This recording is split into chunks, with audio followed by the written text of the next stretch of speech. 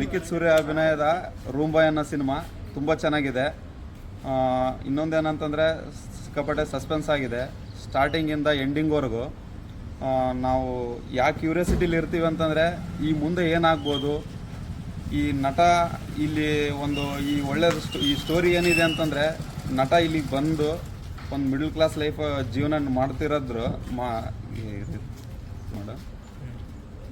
ಈ ಒಳ್ಳೆ ನಟ ಒಂದು ಮಿಡಲ್ ಕ್ಲಾಸ್ ಜೀವನದಲ್ಲಿದ್ದು ಒಂದು ಬೆಂಗಳೂರನ್ನೋ ಜೀವನಕ್ಕೆ ಕಾಲಿಟ್ಟು ಅಲ್ಲಿ ಯಾವ ಥರ ನಾನು ಬದುಕಬೇಕನ್ನೋ ಮೈಂಡ್ಸೆಟ್ ಇಟ್ಕೊಂಡು ಬಂದಮೇಲೆ ಅವ್ರಿಗೆ ಯಾವ ಥರ ಆಗುತ್ತೆ ಲೈಫಲ್ಲಿ, ಯಾವ ಥರ ಜೀವನ ನಡೆಯುತ್ತೆ, ಇಲ್ಲಿ ಬೆಂಗಳೂರಲ್ಲಿ ಹೆಂಗಿದೆ, ಅಲ್ಲಿರೋ ಜನಗಳ ಮನಸ್ಥಿತಿ ಹೆಂಗಿದೆ ಅನ್ನೋದ್ರ ಮೇಲೆ ಫಿಲಮ್ ಮಾಡಿದ್ದಾರೆ. ಒಳ್ಳೆ ಚೆನ್ನಾಗಿದೆ ಕನ್ನಡ ಮೂವಿ.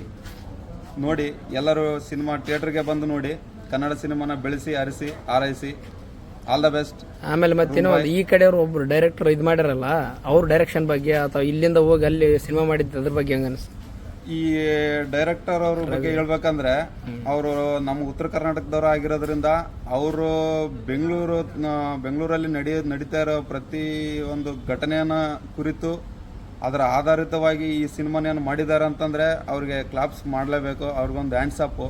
ಯಾಕಂತಂದರೆ ಈ ಕಥೆನ ನಮ್ಮ ಶೈಲಿಯಲ್ಲಿ ತೊಗೊಂಡೋಗಲ್ದಲ್ಲದೆ ಅಲ್ಲಿ ಬೆಂಗಳೂರಲ್ಲಿ ಏನು ನಡೀತಾ ಇದೆ ಪ್ರೆಸೆಂಟ್, ಈಗ ಲಾಡ್ಜಲ್ಲಿ ಆಗಿರ್ಬೋದು ಅಥವಾ ಯಾವುದ್ಯಾವುದೋ ರೂಮ್ಗಳಲ್ಲಾಗಿರ್ಬೋದು ಅಥವಾ ಈ ರಿಚೆಸ್ಟ್ ಪರ್ಸನ್ ಆಗಿರ್ಬೋದು, ಅವ್ರೇನೇನೆಲ್ಲ ಮಾಡ್ತಿದ್ದಾರೆ ಅದೇ ಆದಂಥ ಸ್ಟೋರಿನ ತೊಗೊಂಡು ಸಿನಿಮಾ ಮಾಡಿದ್ದಾರೆ. ಒಳ್ಳೆ ಕಥೆನೇ ನಮ್ಗೆ ಕೊಟ್ಟಿದ್ದಾರೆ. ಅವ್ರಿಗೆ ಆಲ್ ದ ಬೆಸ್ಟು ಆ್ಯಂಡ್ ಅವ್ರ ಟೀಮ್ಗೆ ಒಳ್ಳೇದಾಗಲಿ. ನೆಕ್ಸ್ಟ್ ಇವಾಗ ನೋಡಕ್ ಬರೋರ್ಗೆ ಹೆಂಗೆ ನೋಡ್ಬೋದ ಸಿನಿಮಾ, ಅಥವಾ ಅವ್ರಿಗೆ ಹೆಂಗೆ ಇಂಟ್ರೆಸ್ಟಿಂಗ್ ಆಗಿ ಹೆಂಗೆ ಯಾವ ಥರ ನೋಡ್ಬೋದು ಸಿನಿಮಾನ. ಆದರೆ ಒಂದೇ ಸಲ ನೋಡಿದ್ರೆ ಅರ್ಥ ಆಗಲ್ಲ, ಯಾಕಂದರೆ ಆ ಥರ ಸಸ್ಪೆನ್ಸ್ ಮೂವಿ ಸೀನ್ಗಳಿದ್ದಾವೆ. ಸ್ವಲ್ಪ ಸ್ಟಾರ್ಟಿಂಗಿಂದ ಎಂಡಿಂಗ್ವರೆಗೂ ಯಾವುದೇ ಸೀನ್ನ ಬಿಡದೆ ನೋಡಿದರೆ ಅರ್ಥ ಆಗುತ್ತೆ. ಈಗ ಒಂದು ಸಲ ನೋಡಿದ್ರೆ ಅರ್ಥ ಆಗಲ್ಲ, ಒಂದು 2-3 ಸಲ ನೋಡಿದ್ರೆ ಸಿನಿಮಾ ಪಕ್ಕ ಅರ್ಥ ಆಗುತ್ತೆ. ಆ ಥರ ಸಿನಿಮಾ ಇದೆ ಇದು. ನೋಡಿ ಹಾರೈಸಿ, ಕನ್ನಡ ಸಿನಿಮಾ ಬೆಳೆಸಿ ಉಳಿಸಿ. ಸ್ಟಾರ್ಟಿಂಗಿಂದ ಎಂಡಿಂಗ್ವರೆಗೂ ಚೆನ್ನಾಗಿದೆ. ಸ್ಟಾರ್ಟಿಂಗ್ ಎಲ್ಲ ಸ್ವಲ್ಪ ಅರ್ಥ ಆಗಲ್ಲ ಪಾತ್ರಗಳು, ಬರ್ತಾ ಅದು ಅಂದರೆ ನೋಡೋಕೆ ಒಂಥರ ಇಂಟ್ರೆಸ್ಟ್ ಬರುತ್ತೆ. ಯಾಕಂದರೆ ನಮ್ಮ ಭಾಗದ ಮೂವಿ ಆಗಿದ್ದರಿಂದ ನಾವೇ ಇದನ್ನು ಪ್ರೋತ್ಸಾಹಿಸೋಕ್ಕಿಂತ ಅದು ನಟನೆಗೆ ನಾವು ಜೈಕಾರ ಹೇಳಬೇಕಾಗತ್ತೆ.